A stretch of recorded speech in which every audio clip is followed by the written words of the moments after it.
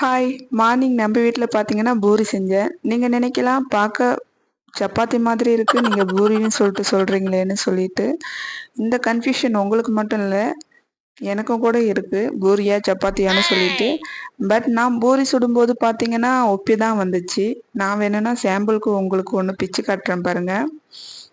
ஒண்ணு மட்டும் இல்ல, இன்னொன்னு கூட பிச்சு காட்டுறேன் பாருங்க. சுடும்போதும் பார்த்தீங்கன்னா, உப்பி தான் வந்துச்சு. உருளைக்கிழங்கு மசாலா செஞ்சுட்டு வர காட்டிலும் பார்த்தீங்கன்னா, பூரி சப்பாத்தியாக மாறிவிட்டது.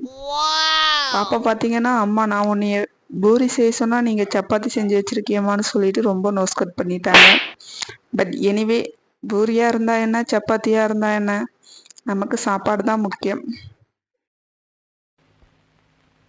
அடங்கப்பா, இது உலக நடிப்புடா சாமி.